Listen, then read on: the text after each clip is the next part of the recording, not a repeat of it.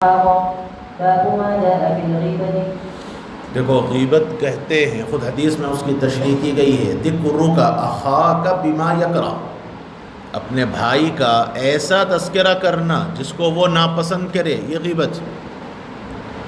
دیکھو یہ ذہن میں رکھو کہ عام طور پر ذہنوں میں یہ ہے کہ بد پیچھے یعنی پیٹھ پیچھے، اور لوگ یہ سمجھتے ہیں کہ سامنے اگر ایسا تذکرہ کر دیا جائے تو وہ غیبت نہیں ہے، وہ غلط ہے۔ حدیث میں جو بتلایا گیا ہے وہ ذکرک اخاک بما یکرہ، چاہے وہ سامنے ہو چاہے وہ بد پیچھے ہو۔ سامنے ہو تو وہ کم درجے کا ہے، اور اس کے پیٹھ پیچھے ہو تو اور بڑا درجہ ہے۔ تو صحابہ نے عرض کیا کہ یا رسول اللہ، اگر وہ بات واقعی اس کے اندر موجود ہو، یعنی جو تذکرہ کیا جا رہا ہے وہ تذکرہ، وہ چیز واقعتاً اس کے اندر موجود ہو، حضور نے فرمایا تبھی تو غیبت ہے۔ اگر وہ اس کے اندر موجود نہیں ہے اور تم ذکر کر رہے ہو تو پھر وہ تو بہتان ہے، اور بہتان غیبت سے بڑا ہوا ہے۔ اور اسی لیے اس غیبت کی سزا قرآن کے اندر بیان کی گئی ہے، لَيُحِبُّ أَحَدُكُمْ أَن يَأْكُلَ لَحْمَ أَخِيهِ مَيْتًا فَكَرِهْتُمْ۔ اور یہ جو بات ہے، سامنے بول رہا ہوں میں، پیچھے نہیں بول رہا ہوں، سامنے بول رہا ہوں، تو یہ جو سامنے بول رہا ہوں بولنے کا یہ مطلب نہیں ہے کہ اس کی کوئی ایسی بات جو اس کو تکلیف دہ ہو وہ جائز ہو جائے۔ اور دیکھو یہ قولاً بھی ہے فعلاً بھی ہے، یعنی یہ جو غیبت میں قول اور فعل دونوں داخل ہیں۔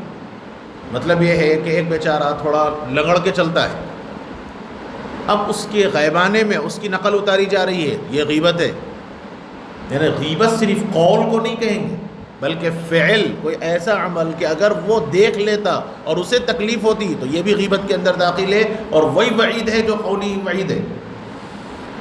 پھر دوسری بات یہ ذہن میں رکھو کہ کچھ مقامات ایسے ہیں جہاں غیبت کی اجازت ہے، کچھ مقامات ایسے ہیں جہاں غیبت کی اجازت ہے۔ سب سے پہلا مسئلہ ہے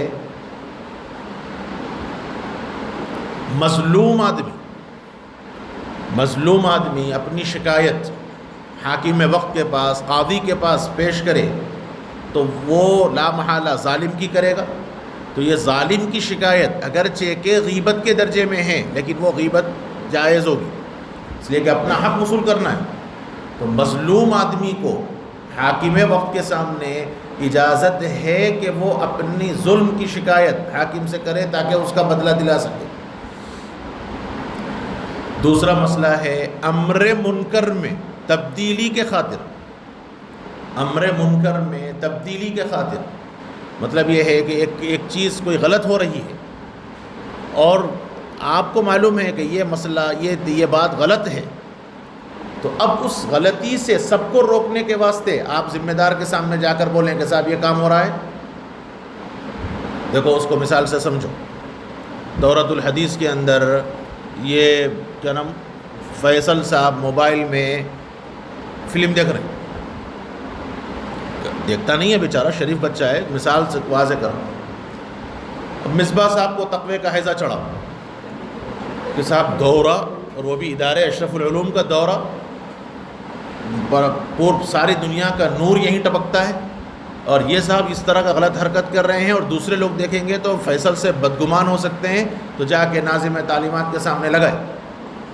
تو مول صاحب فیصل صاحب اس طرح کا کام کرتے ہیں۔ اگر مصباح صاحب کا یہ عمل فیصل کو گناہ سے روکنے کے جذبے سے ہے تو یہ جائز ہے، یہ غیبت نہیں ہے۔ کیوں؟ اس لیے کہ یہ فیصل بولنے سے نہیں سدھرتے، فیصل صاحب ناظم تعلیمات کے خاص آدمی ہیں، تو ہو سکتا ہے کہ ان کے بولنے سے ان کو ہدایت ہو جائے، اصلاح ہو جائے، تو اس اصلاح کے پیش نظر اگر یہ شکایت کرتے ہیں منکر کو روکنے کے لیے تو یہ غیبت نہیں ہے۔ اور اگر مصباح صاحب کی شکایت کا مقصد ہے ناظم تعلیمات کی نگاہوں سے فیصل کا مقام گرانا تو پھر یہ جائز نہیں، اس لیے ذہن میں رکھو منکر کو روکنے کی یہ مثال ہے۔ تیسری چیز ہے فتویٰ حاصل کرنے کے لیے کسی کی غیبت کرنا پڑے تو جائز ہے، فتویٰ حاصل کر شرعی مسئلہ کے واسطے۔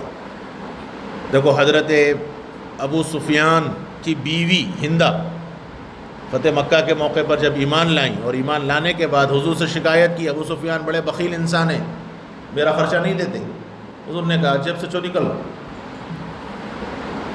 تو شوہر کی اجازت، شوہر کی شکایت کی، غیبت کی حضور کے سامنے، تو فتویٰ حاصل، مسئلہ معلوم کرنے کے واسطے کسی کے پیٹھ پیچھے اس کی کوئی بات بیان کی جائے تو یہ شرعاً جائز ہے، اس لیے غیبت کے گناہ میں داخل نہیں ہے۔ چوتھا ہے مسلمانوں کو شر سے بچانے سے، عمومی طور پر مسلمانوں کو شر سے بچانے کے واسطے غیبت کرنے کی اجازت ہے۔ دیکھو حضرت زید ابن ارقم رضی اللہ عنہ عبداللہ ابن ابی کی شکایت حضور سے کی، سورہ منافقون نازل ہوا، تو سارے مسلمانوں کو اس کے شر سے بچانے کے واسطے حضرت زید نے شکایت کی، اور یہ غیبت جائز ہے۔ پانچواں ہے کھلے عام کوئی فسق و فجور کرتا ہے، گناہ کرتا ہے اور وہ سنتا ہی نہیں، تو جب وہ کھلے عام دھڑلے سے کرتا ہے تو اس کی شکایت کرنا غیبت میں داخل نہیں ہوگا۔ کھلے عام کوئی فسق و فجور کرتا ہے اور اس کی شکایت کسی دوسرے کے پاس کی جاتی ہے تو وہ غیبت میں داخل نہیں ہوگی۔ اور چھٹی چیز ہے کسی کا لقب ہی برا ہو اور وہ اسی سے معروف ہو، جیسے اعمش، اعور، محدثین کو اتنے بڑے بڑے، تو اب یہ اعمش ہیں، اعور ہیں، تو اب یہ ان کی پہچان ہی یہ بن گئی، تو اب یہ پہچان کے ساتھ اگر ذکر کیا جائے تو یہ غیبت میں داخل نہیں، جیسے اساتذہ کو بھی